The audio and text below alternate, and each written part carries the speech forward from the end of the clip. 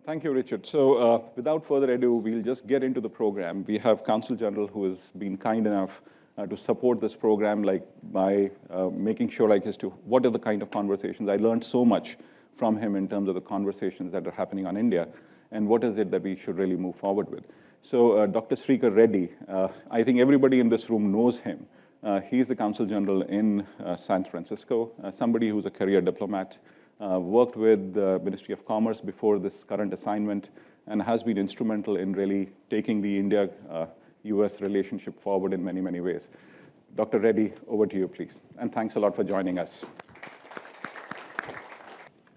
Yeah, thank you, Amit. Distinguished dignitaries, speakers, faculty members, ladies and gentlemen, a very good morning, namaskar. It is an honor and privilege to extend a warm welcome to each one of you to this second edition of the India Dialogue at this Stanford University, which is a hub of innovation and which promotes entrepreneurship. As a Consul General, I am delighted to witness the gathering of brilliant minds from India and the US to provide their perspectives and foster an understanding on India. I extend a special welcome to Ambassador Sripriya Ranganathan, Charge d'Affaires, Embassy of India, Washington, D.C., and distinguished dignitaries, especially who have traveled from India, Professor Ramesh Chand, Member Niti Aayog, Sri Amitabh Kant, G20 Sherpa, Government of India, and Sri Sanjeev Sanyal, Member, Economic Advisory Council to Prime Minister Modi.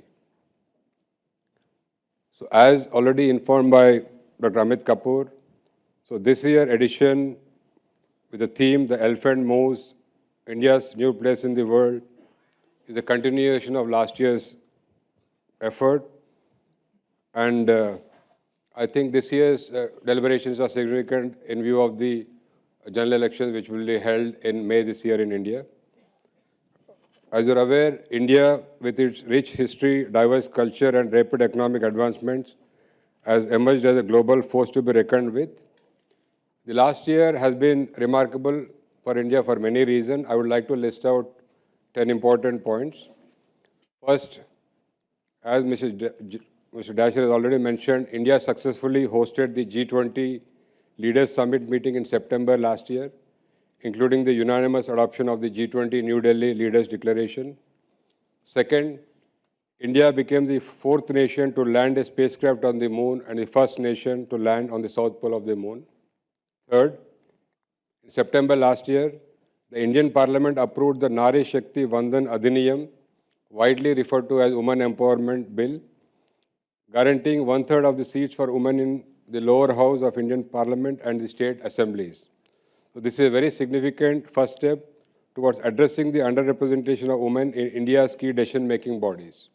Fourth, India became the most populous country in the world in April last year, but with a vast demographic advantage of a median age of 28 years when compared with a median age of 38 years in the US and 39 years in China.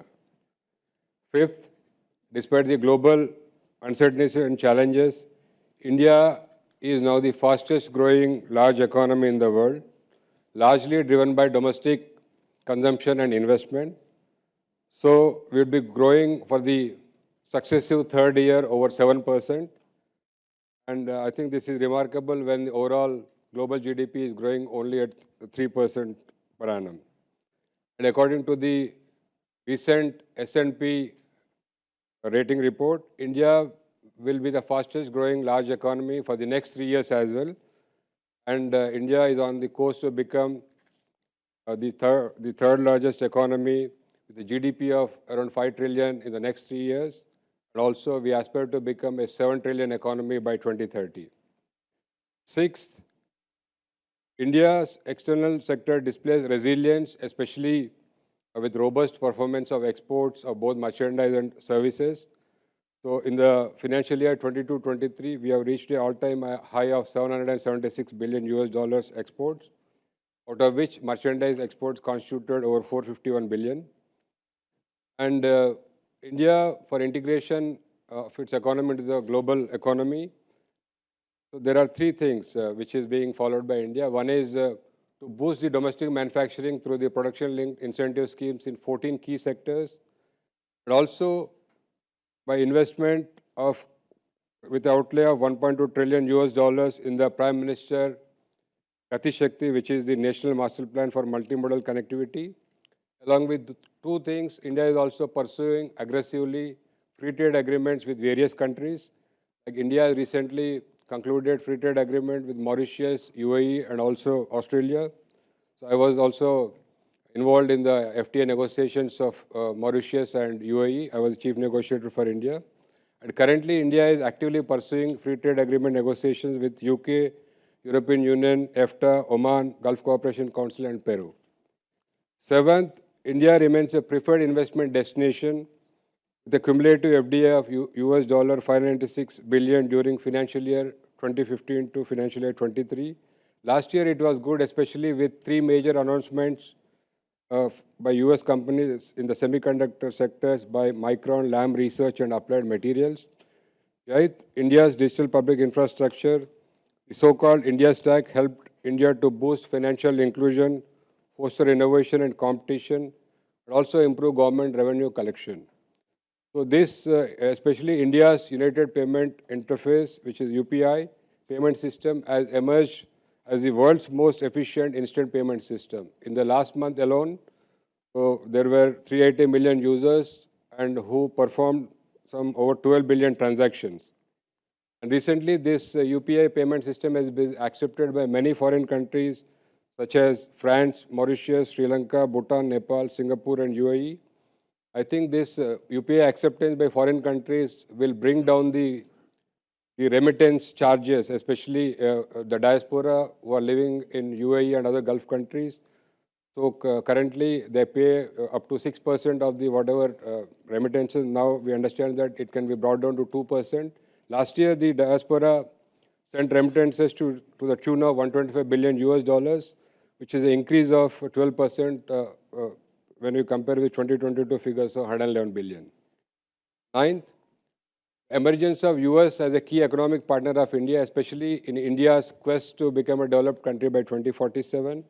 Now, US is the largest trading partner of India with a bilateral trade of US dollars 191 billion in the year 2022. And US is now the third largest investor with close to $62 billion in India.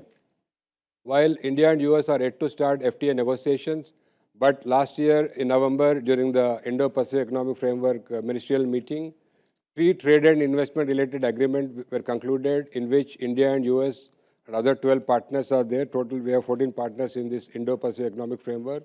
So these three agreements are on supply chain agreement, clean economy, and also fair economy, which is anti-bribery agreement. We are expecting these three agreements will enter into force sometime this year, and which will further boost the possibility of collaboration between India and US in the economic partnership. And 10th, like India has emerged as the third largest ecosystem for startups. Now we have close to 120,000 startups with 113 unicorns. So in November last year, to enhance the collaboration between startups of India and US, Commerce Minister Piyush Goyal and Commerce Secretary Gina Raimondo signed a MOU which for Innovation Handshake. We already had a kickoff event, and in the second quarter of this year, we are planning to do a hackathon event in the Bay Area, which will promote collaboration between the startups in Bay Area and India. Now I will just list 4 challenges which the Indian economy is facing. First, I think this is with regarding to the artificial intelligence. This could pose significant challenge to many countries in which many jobs in the service sector are going to be impacted. According to the recent IMF report, it was projected that 30% of the jobs in developing countries like India and 40% jobs in developed countries like US will be impacted through this AI. Second, the challenge will be of climate change.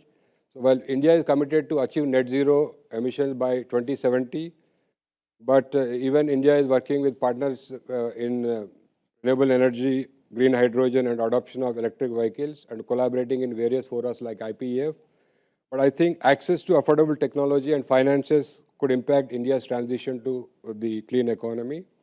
Third, the current trend of, we can say, deglobalization or anti-globalization with friendshoring and onshoring. So this is impacting overall global trade and investment, and even some sort of geopolitical tensions, especially movement of containers through the Red Sea. It is impacting overall trade. I think these factors, while India is totally dependent on domestic consumption and investment, but these factors are impacting, they could impact a bit India's GDP growth and also especially exports and also the investment into India. Fourth, I think India has a young population which requires a lot of skilling, especially in the new areas of uh, artificial intelligence, robotics, semiconductors. I think the recent University Grants Commission guidelines to allow joint dual degrees and also setting up of campuses with foreign universities in India will help vast majority of youth in India to have access to quality education in India itself. And before I conclude, I would like to thank Mr. Richard Dasher, Director, US Asia Technology Management Center, Stanford University, and Mr. Amit Kapoor, a lecturer, Stanford University, and Chairman, Institute of Competitiveness, and their team for putting together this wonderful two-day event and also inviting me to speak at this event. I hope that the thought-provoking discussions on various aspects of India's growth and development over the course of these 2 days will serve to further enhance the collaboration between India and the US. And once again, I extend my heartfelt welcome to all of you to the Stanford University for this India Dialogue. Thank you very much.